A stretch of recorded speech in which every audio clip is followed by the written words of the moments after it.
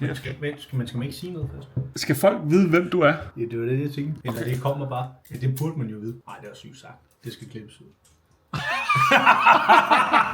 Hvad er dit navn? Mikkel Ibsen. Også bedre kendt som Ribsen. Og Mikkel I. Ja, der er mange navne. Skal jeg få et nyt navn hver gang, der sker noget? Og hvad er det, vi skal? Vi skal jo åbne en sendmarkedpakke. Der er så også kort i, men der er noget andet end kort i, som jeg har prøvet at købe lidt op af, som jeg gerne vil starte på at samle, som er billigere end kort, men med lige så fed artworks. I stedet for at give 20.000 kroner for et eller andet fedt kort, så kan du købe de her i stedet for til 20 kroner måske. Er det nu, du skal sige hashtag ikke sponsoreret af Sendmarkedet?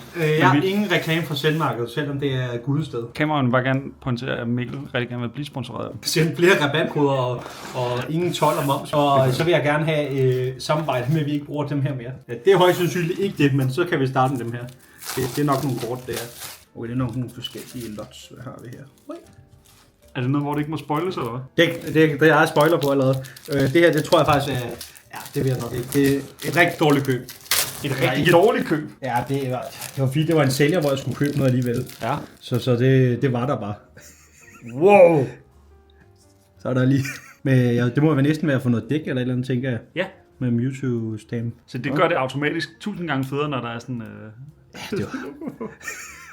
Jeg kan ikke huske, jeg tror det var 40 eller 50 kroner. Det var faktisk mest, for jeg synes, det var meget fedt Jolteon. Og den var der mange, der gerne vil have. Så sådan, hey, det er også for et dæk. Så sådan, jamen jeg ved egentlig ikke, om alle sammen måske er fra, siden det så, eller det bare ikke er.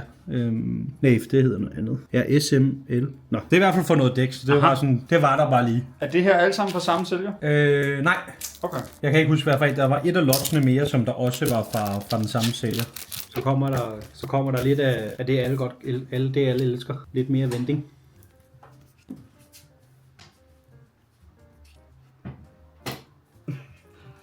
Det var svært at se, hvad det var. Det var Golduck. Så det var et vendinglot. Nu skal jeg bare lige se dem på bagsiden. Det er pænt. Det ser pænt ud. Ja, det er faktisk meget pænt. Det fedeste den der Seadra. Kumia Seadra. Ja, og der kommer måske en video med noget vending-samling, fordi at den måske er ved at være slut. Det kan være en spoiler. Men om den kommer inden for 2 år, det kan jeg ikke garantere, men der kan komme en. Men er den slut, inden man har Masaki endnu? Ja, det har ikke noget med vending at gøre. Jeg så faktisk, de hedder vending-kortet, når på PSA's lab, så er jeg sådan, fuck det, så tæller det nok. Ja, selvfølgelig kan det. Og så har vi en Imakunis PC, som jeg faktisk manglede, men den fik jeg købt i Japan. Så jeg mangler den ikke mere, der havde jeg købt den her, havde liggende i Japan. Men jeg har allerede skrevet med nogle stykker, for der er åbenbart ret mange, som der lige mangler den her. Den er åbenbart ret svær. Så den er jeg meget glad for.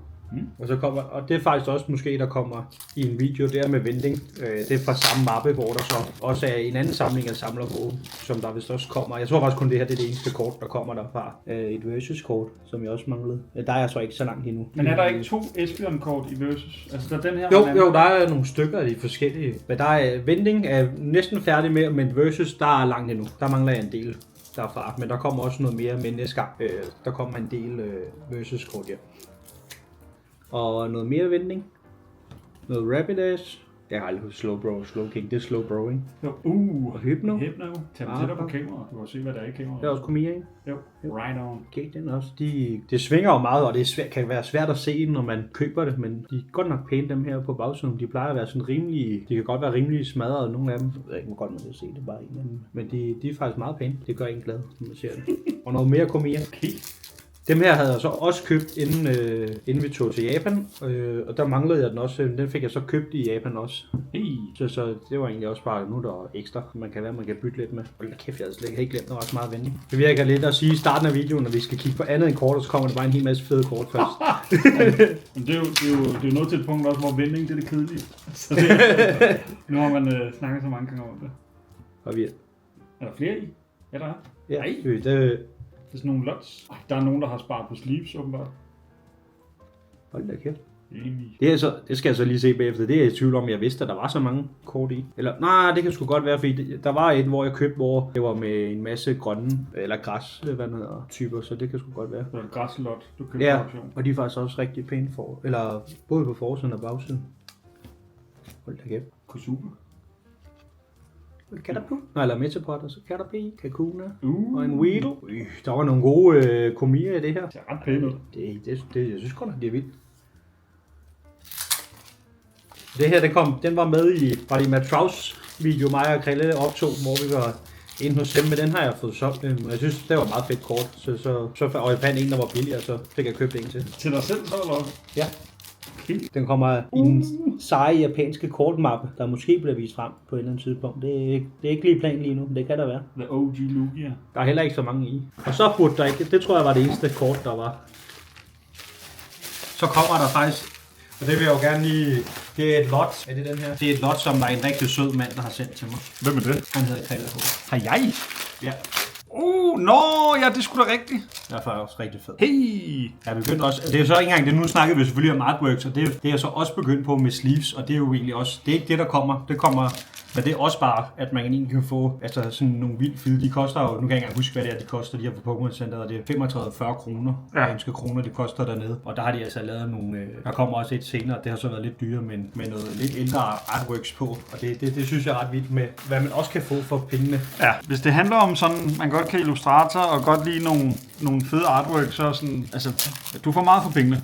Ja, jeg havde prøvet med, det går så også for okay, men der for eksempel, der var et lot med Edvard Munch, hvad det hedder med... Van Gogh? Ja, alle Van Gogh-tingene også sådan noget, hvor man kunne få hvor sådan, det gik jo så slet ikke for sådan 1.500 eller sådan danske kroner, men stadig havde du så alle sammen et billede med dem alle sammen. Og nogle flere sleeves.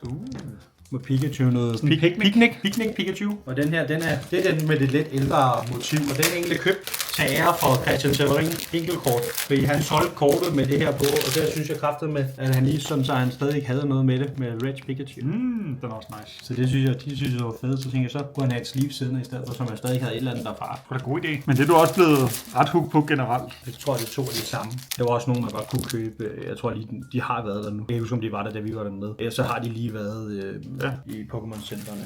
Der er virkelig mange sleeves, hvor det er sådan, der er virkelig mange cameos på sleeves generelt. Må de alle de ting være i den her? Det værste ved det, hvis du nogle gange har fået sådan en pakke med, hvor det er madpapir, det pakker ind i. Jamen, det er lidt af det her. Og det her, det er så ikke... Nu kan vi godt sige det, for nu kommer de andre. Det her, det er postkort, vi snakker om. Det er med artworket. Jeg ved faktisk ikke helt, hvad de her de er. Fordi det var bare nogen, jeg fandt på en auktion. Jeg tror nemlig ikke, det er et postkort. Det er det selvfølgelig ikke, det er noget kalender. Der er i hvert fald, står det så July eller sådan noget. Ja, det er oktober, så det er faktisk det må være fra en kalender, de har lavet. Nå. Det er oktober 25, fordi det har jeg faktisk ikke set, men det er noget fra Pokémon Centeret. Det var bare ved, jeg sammen, der kan godt lide Gengar, så jeg så den der, så var jeg sådan, den ting, den vil jeg da gerne have til mig selv. Ja. Så kommer jeg til nogle postkort. Det er noget jule. Merry Christmas. Happy New Year. Så det er noget jule. Noget, de har lavet i forbindelse med noget jule. Fedt, hvis det er den sådan originale konvolut, de kom i. Ja, det synes jeg faktisk. Det har jeg i hvert fald ikke set på billedet, at det skulle have været. Hey! Jeg har faktisk ikke fået nærstuderet dem så meget. Så sådan, jeg har bare søgt på noget postkort og så købt. Helt den er fed. Også med Bulbasaur med noget bambus og sådan noget, der vokser. Den er virkelig sjov. Den ser meget anderledes ud, den der Bulbasaur. Ja, det er så unge, må det være jo fra Kangaskhan, der hopper op. Ja. For det er også det, nogle af dem, når man ser dem, så kan de godt, kan man se bagpå, at der ligesom man kan sende det. Så postcard. Jeg kan vide, om det så er, 1999. om det er fra 99. Det er det sikkert. De lugter også lidt gamle. Lugter af farmor. Ja, men nogle af dem også Volpixen nu med farverne, men mange af dem synes jeg på nogle af postkorten har de lidt, også Pikachu synes jeg også, den mere choppy i det, har et andet design, altså så man får også sådan lidt et andet design på nogle af tingene, og bare en ren Pikachu. Er den også fra 99? Jeg tror det er sådan et sæt, der hang sammen. Det er bare, det var en anden illustrator næsten. Ja, men den har stadig det der, sådan, den er sådan tykkere i det. Er det rigtigt? Ja, der står i hvert fald, så det må... Den er fed, den der. Jeg synes, den er vildt fed Bulbasaur, den med farverne. Det er meget sjovt, fordi den er helt anderledes i farven. Jeg synes, og det er også med Pocket Monster. Ja, jeg synes, den der Bulbasaur, den virker sådan fake. Altså, som ja, den er sådan helt lige i farven. Det er sådan off-brand. Er det Mount Fuji? Ja, siger jeg i hvert fald. Ej, det... Happy New Year. Den er jeg fandme glad for, det lot. Ja. Nu snakker jeg meget lidt om det før, at næsten alle lotsene har været sådan noget, hvor... Altså, jeg tror ikke, jeg har givet over 100 kroner per postkort på nogle af dem. Okay. Altså, nogle af de her, så har det også været sådan... Altså, hvad er der 5 i det her? Ja. Og så har de måske kostet 150 til 250, altså før, så skal man så lægge 25% oveni. Så jeg synes jo, det er ret fin pris af... Det er sygt god pris. Og de er samme størrelse som et almindeligt foto, altså som at hvis man putter det i et fotoalbum, har jeg fundet ud af, så kan man have dem i. Jeg har bare ikke lige fået købt en. Så bare sådan nogle standard fotolommer. Ja, så man kan have en mappe med et foto, ligesom et helt almindeligt fotoalbum til familie. Jeg skal bare have fundet et eller andet, hvor det passer lidt til, men så vil jeg gerne have lavet det, så kan jeg vise noget frem, hvis det er på et tidspunkt, hvor man får samlet det lidt. Jeg kunne bare ikke nå at få fundet noget til nu her. Nu stod der står så ikke noget, jeg lige forstår, hvad det er, vi har noget andet her. Ja, det ser lidt nyt. Nu er den i hvert fald helt grøn igen, Bulbasaur. Jamen, det er vel også, der er noget Heracross, og det er vel noget Gen 2. Ja, så det er noget, skal vi se. Det står 2000. Ja, med en lille Chikorita. Men det er sådan nogle sæt af Pokémon-kort, virker som. Det virker. Jeg tror også, det nu står der jo. Var det ikke, så det var måske nytår det her, og så er det julen det her. Men der står bare Merry Christmas og Happy New Year. Men om det så hænger sådan sammen, det ved jeg faktisk det kan være, det er sådan et sæt af postkort, de lavede hvert år. Altså det ligner sådan lidt sådan en frame fra en film. Altså, det kunne det faktisk godt være. Ja, og så ligesom, det her det er med, også ligesom med Snemanden, hvor den så går igen. Og så er de så, der går de ud fra bygningen, og så her er de ude og lege. Altså det ligner rigtig meget en eller anden, altså de har også lavet rigtig mange sådan kortfilm Pokémon. Ja, for jeg har ikke set nok til, om det er noget fra. Nej. Om det er noget fra et eller andet. Chikorita ser også sjov ud der. Ja. Jeg synes ikke, den klarer at have en næse. Nej, det er rigtigt. Ja, det var rigtigt. Det var den, der var på forsiden. Det var den, jeg synes, der var den fedeste. Ja, den er også sød. Det er sådan en, man godt kunne have fremme. Man kan jo egentlig også have fået at vide, man kan grade dem også. Men nu har jeg efterhånden mange, fordi jeg også købte sidste gang. Men man kan få grade dem, hvis det er, fordi man vil have dem. Altså, jeg tænker ikke, der er noget, der får en god karakter, men hvis man har været dem udstillet på en anden måde. Ja. Men jeg synes, det ville være federe at have dem, ligesom vi snakker om i en mappe. Ja. Sådan som man har. Men så er det selvfølgelig lidt, fordi det er jo fedt det her med, at de originale ting er med. Og det vil jo gå lidt tabt, medmindre jeg ved ikke, om man kan få den ind i også mappen og have. Men det er jo ret fedt, at det er der vist ikke på nogle af de andre, men er det ret cool, at du, hvis det er originale envelopes, det virker det som om.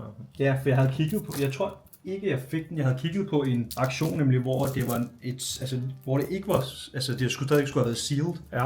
Jeg kan ikke huske, om det var en af dem, jeg fik, eller jeg ikke fik den, fordi nu virker det her så godt, men det kan selvfølgelig altid være noget, man bare proppet ned i. Men så skulle det være noget, hvor det var, altså, så der har man jo ikke, de har jo så ikke været taget ud før. Okay.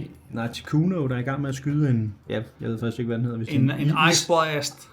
Ice Ball er der ikke noget af det. Ej, ved jeg ikke. Skal vi se, om der står noget bagpå. Det er i hvert fald med. Der står 2000 igen. Ja. Jeg synes bare, det er sjovt. Altså, det virker ikke som om illustrationen ser så gammel ud, men det er. Nej, men det er gammel bagside oldback på i hvert fald. Og noget Pikachu. Men det er igen den der, hvor den, jeg synes, den ser sådan tykkere. Den er ikke sådan lidt, der ser den mere normalt ud, synes jeg. Sådan lidt mere chunky end de andre. Det er så også en anden bagside. Der står også 2000. Det kan godt være, at det står der. Det kan jeg lige. Altså Pokémon-filmen 2000, det var også den med Lugia. Det er jo nok derfra, ikke? Så måske. Ja. Må ikke det. Nej. Revelation Lugia. Kunne det være det, filmen hedder på japansk måske? Med Team Rocket? Det kan være, det er en rigtig dårlig oversættelse. Ja. Men det er også, de engelske navne for filmen er rigtig dårlige, for jeg tror bare, den hedder Pokémon 2000. Ja, Pokémon 2000 kan jeg da se nogle mønter. Jeg mener nemlig, jeg giver de måske et. Kan du sætte dem sammen? Et sammenhængende. Så vi har, den skal jo så være. Ja, så mangler det der. Okay, det er et blandet lot. De skal da ikke, jeg ved ikke. Jo, sjovt. Det her, det er nemlig, dem har jeg vist haft købt en gang, men jeg var ikke dig, der tror jeg, der sagde, det var et sæt nemlig. Jo, der er mange af dem. Ja, jeg tror nemlig kun, jeg havde købt den her. Så nu har jeg fået, jeg ved så ikke, hvor mange der skal være i sættet, men nej. At der skal være et fuldt sæt. Det vil bare være mærkeligt. Der står ligesom hernede med det der datum. Det ville være mærkeligt, hvis det ikke var for 2000, men det er også bare sjovt, det står på dem alle sammen. Den er fed, den der. Når man ikke lige selv nærstød, altså lige hvad for nogle Pokémon, der lige er på. Meget cameo. For der er ikke så meget farve på nogle af dem. Jeg ved, der er mange Cubone og Meowth-samlere, der bliver. Jeg kender også en Hanada, der godt kan lide den der lille. Caterpillar. Den lille der. Hey, der var den sidste så. Spørgsmålet om den skal være. Ja, præcis. Jeg ved, om der er mere, der kunne komme om. At det ligner det sådan noget, hvor det kan blive en hel plakat. Ja. Jeg tror bare, det er det der. Jeg vil sige, at vi sætter et billede ind, hvis vi finder dem, men det gør vi nok ikke. Ja, vi må research. Hvis det er der, så kunne det da være meget fedt. Ja. Og ligesom det her, det tror jeg også er sådan den samme serie som de andre, for det virker sådan, altså sådan det er samme stil, det er lavet. Og den er også sød, hvor de alle sammen sover. Jeg synes, den her, den ser lidt anderledes ud i forhold til de andre. Ui, der er mange der. Og lige en hudhud helt ude i baggrunden. Ej, det er crazy, det der. Om, hvor de render rundt i alle ildpokémonerne inde i ilden også. Det er også det der, når man ser det der, så tænker man, hold kæft, hvor havde det været fedt på et Pokémon-kort. Ja. Men når det er, man tænker det, så er det også bare, altså så ved man jo også bare, at det er et fedt artwork, uanset om du har det på et postkort eller et Pokémon-kort. Ja, og så det var jo bare slukket fuldstændig af, hvis, altså nogle af de her postkort, altså selvfølgelig kan du også få postkort, hvor det er jo sat på kort, men hvis der var noget af det, der havde været på et kort, var det jo også bare slukket af. Ja. Altså ligesom man kan få et billigt sleeve, men hvis du skal have kortet raw, så er det dyrt, det ligner noget med en til. Det kan godt være, der er nogen, fordi nogle af lotsene var, så det er sådan, så det er meget af de gamle postkort, er det meget ens. Ja.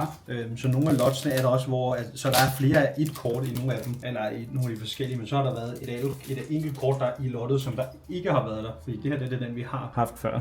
Ja.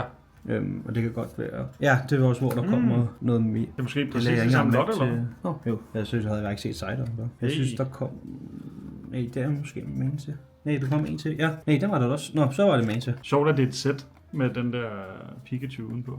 Ja, så de andre. Så var det med til. Jeg synes, der var et eller andet, hvor der var et af dem, som der ikke havde været i... Hvad hedder... Hvor der var et kort, som der ikke var på det andet. Og den her, den er så måske lidt sjovere. Det er jo, de lavede samarbejde med ANA, med fly. Der er der også ikke 2 kort, ikke? Eller 3 kort. Der er et par stykker i hvert fald. Ja, der er også nogle kort jo med Flying Pikachu. Ja, så det er jo nogen fra... Jeg ved ikke, om der også står... Nej, det står på noget helt andet måde. Men så der står ikke, hvornår. Jeg kan ikke huske, hvornår det er, de kortene der kommer ud. Ja, der er det ikke Reshiram? Jo, det er noget med, der er kommet de har lavet et Pokémon-fly igen. Nå? Ja. Ligesom de har lavet et Shinkansen-tog med Pokémon. Det skulle alle sammen være noget sådan... Nu står der... 99. Det kan det godt være. Hvad fanden? Okay. Så får du et... Okay, den havde jeg altså ikke set på lotto. Kan du vente om?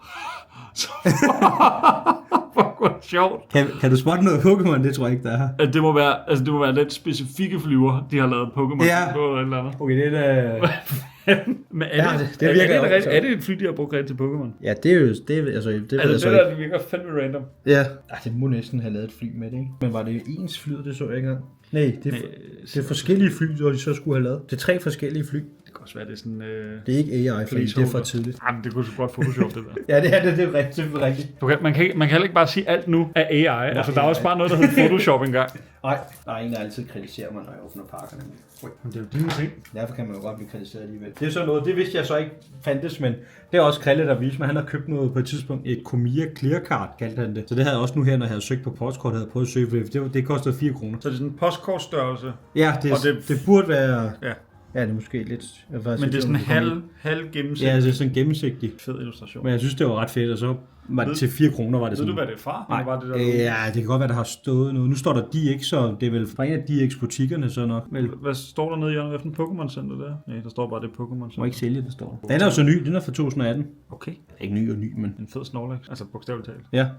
Ordentlig chunky. Altså, big ass boy. En ordentlig chunky Snorlax. Det var bare sådan, det var en auktion, jeg kiggede på, sådan, så ville jeg lige se, hvad det gik for, og så, altså, er det 100 yen, eller det er det ikke engang. Men altså, det var sådan noget, hvor jeg sådan, så bød jeg på det, så sådan, selvfølgelig, at du betaler jo fees og sådan noget, så det er jo lidt dyrere, men det var sådan, med det artwork, der synes jeg, det var meget fint. Ja. Og det er det sidste lot. Også sådan noget... Ui, med Snorlax. Er der... What? Fuck, den er nice. Hvad er det der og det der? Jamen, det er Smirgle, der tegner Pokémoner. Kan du ikke se, han tegner den der bag i? Det er meget fedt. Den er nice, den der. Har du flere dem? Jeg kan ikke huske, om der kommer. Er det så... De ser i hvert fald anderledes ud. Står der hvad over der? Nummer 64... Nej. Men det er også noget... Der står, ja, 2000, men om det er noget copyright. Men igen er det sådan, hvor det er sådan, ligesom det andet, at det ligner det et lot, hvor det er sådan, det er højst sandsynligt den samme kunstner, der så har lavet. Hvad for en by det er fra? Det ligner noget London. Jeg synes, det ligner noget europæisk i hvert fald. Ja. De er nice, dem der. Det er vel også med, ja. Ej, det ligner næsten det der Umbreon V-kort. Det ligner næsten hvor den sidder oppe på toppen af bygningen. Og også en Snorlax dernede, der gemmer sig. De er nice, dem der. Og det er sjovt, det der med sådan, hvor mange Pokémoner der er, hvis man lige sådan, der lige gemmer sig lidt. Okay, den er der mange på, fordi så hænger... Og der er billeder af dem bag i også. Ja, det hvad er det nu, den du lige har købt? Cyndaquil. Nej, men altså, det er sådan godt lige skrivet. Sådan lidt den der måde, der tegner på egentlig. Det er jo godt lige sådan den stil. Crazy den der. Fucking miaufen ned. Men det er Pokémon Center, de ved. Så er det det samme. Så den sidste. Sign ja.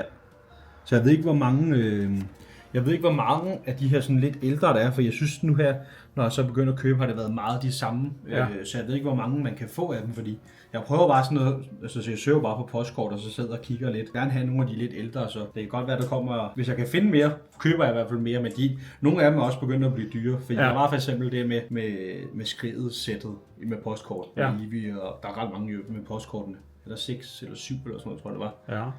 Og den prøvede jeg at byde på, men den var også oppe i, jeg tror den endte i næsten 2.000 kroner eller et eller andet, hvor sådan, de andre her har jo ikke rigtig kostet noget, så det var lidt sjovere at være med i, så jeg vil gerne prøve at få købt nogle flere, og så skal der nok også komme noget ud med det. Men bare stilen på dem, altså en ting er, hvornår det er lavet, men jeg kan også bare lide stilen på de lidt ældre. Ja, det er det der med, man ser, de ser lidt ligesom Pikachu. Ja. Den er sådan lidt ligesom de nye 30-års, der kommer, hvor der er blevet tegnet nogle forskellige Pikachu, så så ser man nogle forskellige artworks på nogle af Pokémon'erne. Noget af det er selvfølgelig også ens, men ligesom den med Squirtle der, hvor den hoved er helt rundt. Ja, det var fedt. Du kan også få de der Van Gogh, alle de der alle dem, de har jo kun lavet Pikachu'en som kort, men alle Ja, de andre det var dem, jeg mente. Ja. Ja, det var det lot, jeg bød på med dem. Okay. Så jeg synes, det er lidt sjovt, og det er en anden måde at få samlet det på. Men jeg prøver at få fundet noget mappe til det, og få puttet det i mappe også, så man kan sådan få nogle af dem sammen. Og så kan det være, at der kommer en video mere med noget postkort. Hvad er planen med din kanal? Er det at dele ud af, hvad du samler på, og bare hvad du laver i hobbyen? Ja, okay. Ren hygge. Så det er, hvad jeg samler på, og hvis man lige støder, ligesom med postkort, det er jo så også, hvad jeg samler på nu, men man støder på nogle sjove ting, og så viser jeg, hvad jeg har af postkort, og det kan være, jeg laver. Jeg har ikke fået det i mappe nu, men med sleeves og sådan noget, så man får vist nogle sjove sleeves og sådan noget. Nogle lidt, nu vil jeg sige vending også, men nu ved folk efterhånden godt, hvad vending er, så det er ikke, hvor specielt det er for folk, men der er alligevel altid folk, der spørger om det, så det kunne være meget sjovt at se noget, altså når det faktisk er kommet i en mappe, så man kan se alle sammen samlet på et sted. Tænker jeg i hvert fald være meget sjovt. Så er det så versus er jo så, jeg tror ikke det nye, men det er så det nye, jeg er gået i gang med at samle, og det synes jeg ikke, jeg hører så mange samle på, så det tænker jeg også, at der er også nogle noget med artworks og sådan noget ting. Det vil også være meget sjovt at måske at få vist noget af det frem. Og så forhåbentlig nogle rejsevlogs. Jeg ved jo ikke, man ved jo ikke, hvad der sker i fremtiden, men jeg regner i hvert fald med, at jeg skal til Japan næste år igen. Så kan det være, der kommer noget for noget andet. Det ser vi på. Det tror jeg, vi siger med det. Har du sidste ord til dem, der har set med på din allerførste video? Ja, hvis der kommer et like, så laver jeg en video med min vendingssamling. Det er en aftale. Hej, arigato. Arigato gozaimasu.